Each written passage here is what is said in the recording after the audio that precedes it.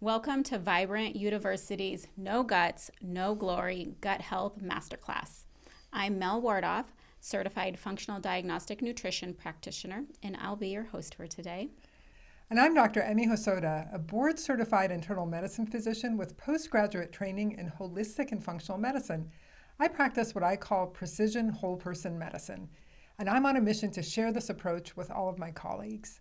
Throughout this course, you'll learn about this innovative way of practicing that combines elements of functional medicine principles with nutrigenomics and other cutting-edge techniques to help you arrive at answers that might otherwise elude us. As featured on the Today Show, I've helped thousands transform their health by uncovering hidden causes that conventional medicine might miss. So whether you are in a conventional practice, looking to expand your toolkit, or you're already practicing functional medicine, but you're hitting plateaus with some complex cases, you are in the right place. And today we are going to show you why some of your most challenging cases aren't getting any better, despite your knowledge, despite your pure intentions and your best efforts. More importantly, we are going to show you exactly how to change that. Let me start with a case that's probably familiar to every single one of you. You've probably seen someone like Jane in your practice. Meet Jane, a lovely, high-performing executive whose health was systematically derailing her career. By the time she found me, she'd seen 8 specialists, had countless normal labs, and tried 4 different types of elimination diets, and was taking 14 different supplements. Oh my goodness. And let me guess. Most practitioners told her that it was just stress, or maybe they suggested more fiber. Exactly. Her gastroenterologist's groundbreaking advice was manage your stress and take more fiber. I agree with the manage your stress part, which actually made her symptoms dramatically worse, the fiber part. Standard functional medicine wasn't really helping her. She'd already tried eliminating gluten, dairy. She tried a low FODMAP diet. She was taking expensive probiotics and had minimal benefits. That is a lot to go through and not have the outcome that you're desiring. That's really true. So using our precision whole person approach, we did some advanced testing, and this is what we found. Multiple gene SNPs affecting sulfur metabolism. Severe intestinal permeability issues with LPS translocation. This was on a KBMO gut barrier panel, which actually checks for LPS in the blood, LPS antibodies to be exact. Sulfate-reducing bacterial overgrowth, which was actually causing her more problems with metabolizing sulfur. Paradoxical inflammation to healthy foods, and a dual sensitivity to both sulfur and salicylates, which, you'll see these patients that will have all these disparate food sensitivities, and you won't put them together because, of course, salicylate foods can have such different types of foods in it. Yeah, so all of those healthy foods that her nutritionist thought she was recommending for her were actually just triggering a lot of inflammation for her. Yeah, and that's where we came in, because precisely by looking at her genetics, we knew that sulfur processing turned healthy foods like garlic, onions, cruciferous vegetables, really some of the cornerstones of health for many people, into inflammatory triggers. And her salicylate sensitivity meant that berries and anti-inflammatory spices such as curcumin in her smoothies were making things worse. Yeah, so what did you do? By creating a protocol that accounted for her unique genetic makeup, we resolved her symptoms in 90 days, normalized her autoimmune markers, and prevented what would have probably progressed to full-blown autoimmune disease for her. She recently texted me from a hiking trip to Peru, so never mind having to travel for her job, she's now going to Peru to hike. And, to me, that's really a victory because this was something that was unimaginable for Jane before. Yeah, she is just living the life now. And that's truly like the transformative power of this personalized precision medicine. Yeah, and, I think in her case, normal functional medicine testing wasn't really picking up on a lot of things except that she had LPS in her blood, so we knew her gut permeability was messed up. But really, genetic testing is what gave us the answers in her case. Yeah. So both Dr. Emmy and I have lived the same journey ourselves. My story personally began in childhood with digestive issues that went undiagnosed that nobody could figure out. By adulthood, I was experiencing not just bloating and constipation, which was really annoying, but also brain fog so severe that I would have trouble driving on the same streets that I've been driving on for years. And that's pretty scary, you know? So, despite being told that my test results were normal, seen by many practitioners, like many of your patients, I'm sure, I was really living what I felt was like a half life. And I have 4 children, so that doesn't go well with being a mom, a busy mom.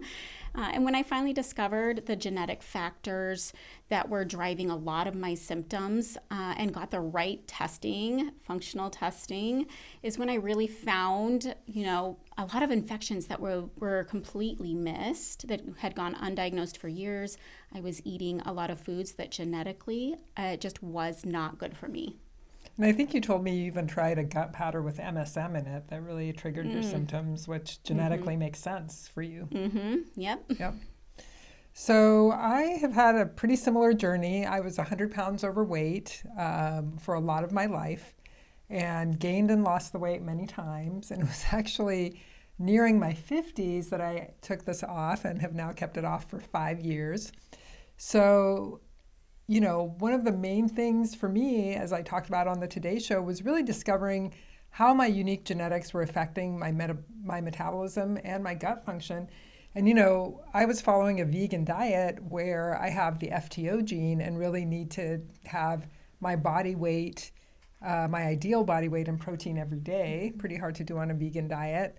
And so it was really important for me to actually change to more of a paleo diet. And that really made me able to lose 100 pounds without really struggling the way that I had. I mean, I always ate healthy. I ate like what I thought was healthy, you know, quinoa and lentils. And I was still in kind of this metabolic mess. And so finding out my genetics and the way that I needed to eat for my genetics really helped me with what diet was actually the best one for me. And, you know, so many patients come to us asking these questions, like, should I do keto? Should I do paleo? And a lot of these, you know, answers are really in their genetics, what's really going to benefit them. Yeah. I can relate to the vegan, and I'm double FTO, so I was not getting the amount of protein I needed either. And once that changed, my whole life changed. Yeah. I So mean, what was the turning point for you, Dr. Emmy? well, you know, I just got really sick of it. I mean, I'd done calorie restriction. I spent the day starving with my blood sugar dropping every day. I did intense exercise and just ended up looking like Arnold Schwarzenegger because I had the DD, you know, variant of the ACE gene where I was like lifting all these heavy weights. I was over aerobicizing and causing injuries. And so I was just tired of it. And I had a patient turn to me and say, like, you're 100 pounds overweight and you're trying to give me advice. You know, this was a diabetic. And I was myself pre-diabetic despite all my efforts. And that was my turning point to say, you know, I've taken functional medicine courses. I've gone to medical school. I trained at Parkland Hospital. But my training has not taught me what I need to do here. And I need to go back to the drawing board and really figure out those things that you're not learning in your functional medicine training, you're not learning in your general medicine training, that are really going to make a predictive difference in the kind of advice that you give your patients. And in my case, I was my patient, you know. Yeah. No one size fits all here.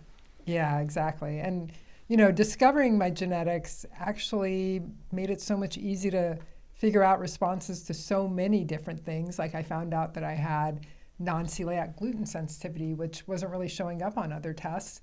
Now, I had just gone off gluten because I had a kid on the autism spectrum, and it was part of the diet that he went on, and it seemed to help me. But I had no proof until I did the testing that that was actually the right thing to do. Yeah. And is this part of the foundations of your vibrant body systems, correct? Yes. So exactly the same principles that helped me lose 100 pounds and help patients really walk away from, you know, diseases that were diagnosed, is the same thing that I use. This whole person approach that looks at multiple different things is what I use to help others. And, you know, this goes from looking at gut health, which is this course, to really looking at the gambit of things. So in the Vibrant Body System, we look at, you know, your regular functional medicine gut health tests like stool testing and you know, food sensitivity testing and food allergies that we're going to cover.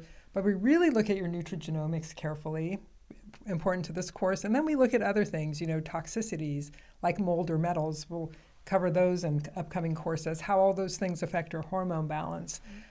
We look at, your mind-body wellness. So all of these things are really part of the whole vibrant body system. And this is just step one. The gut is really where our body meets the world, where our patients really start to build, the building blocks of their nutrition and who they are. And so it makes sense to start there, but really with the sprinkling of this personalization, this nutrigenomic part that makes things so much easier to predict because you're looking at things that people normally don't look at. Yeah. So you mentioned this precision whole person medicine. You're coining that. What exactly is precision whole person medicine? And why should practitioners that already may have taken functional medicine courses in the past care about it? So of course, functional medicine docs are the minority, but they are also people who are really interested in health and doing a lot of this difficult, heavy lifting. So that's a great question.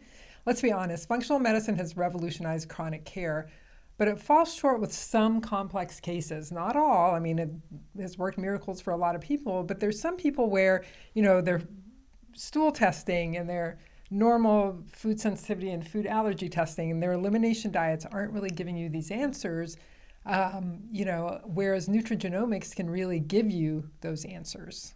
And so it's a big part of putting the picture together, I think, is doing this nutrigenomic testing. Yeah, I would agree. And I would say that I do see this often with a lot of my colleagues. We've mastered the functional medicine aspect, those foundations, but there's still complex cases where we just kind of hit a wall and maybe these clients and these patients are not responding to our normal protocols or normal treatment plans. Yeah, so bringing nutrigenomics knowledge into a gut health program, I think, is one of the crucial missing pieces. Of course, I think the other, which we're going to talk about in a bit, is having a community to run things by. But I think bringing nutrigenomics in is super important because it gives you a lot of understanding of everything functional medicine is really about, which is personalizing things to the person and figuring out why things are going on with them and really looking at things at the fundamental root cause. Of course, with anything genetic, you're going to have epigenetic factors. And I've had, doctors who say epigenetics are everything.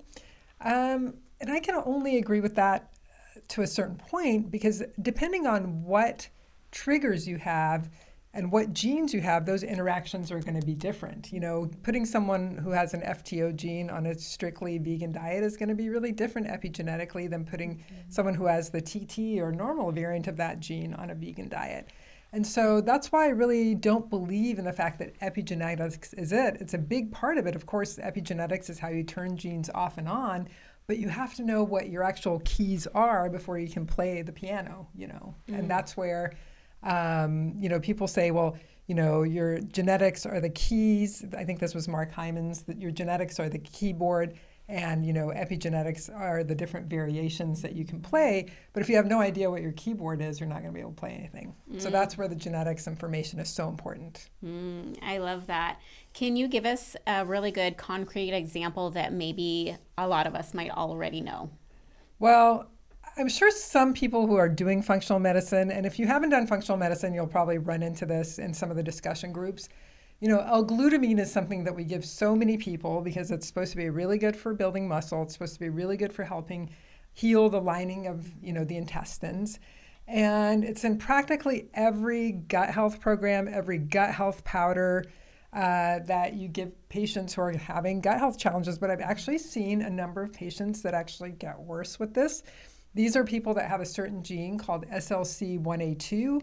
And with these variants, this, quote, healing supplement can actually turn into glutamate. They don't have the enzyme to turn it back into glutamine. So, usually you have glutamine and glutamate going back and forth in the body. They can go this way to glutamate, but their ability to turn glutamate back into glutamine is compromised. So you give them a lot of glutamine, they're going to get a lot of anxiety, a lot of insomnia, a lot of neurological symptoms. Even high glutamine foods are something that can trigger things in these people.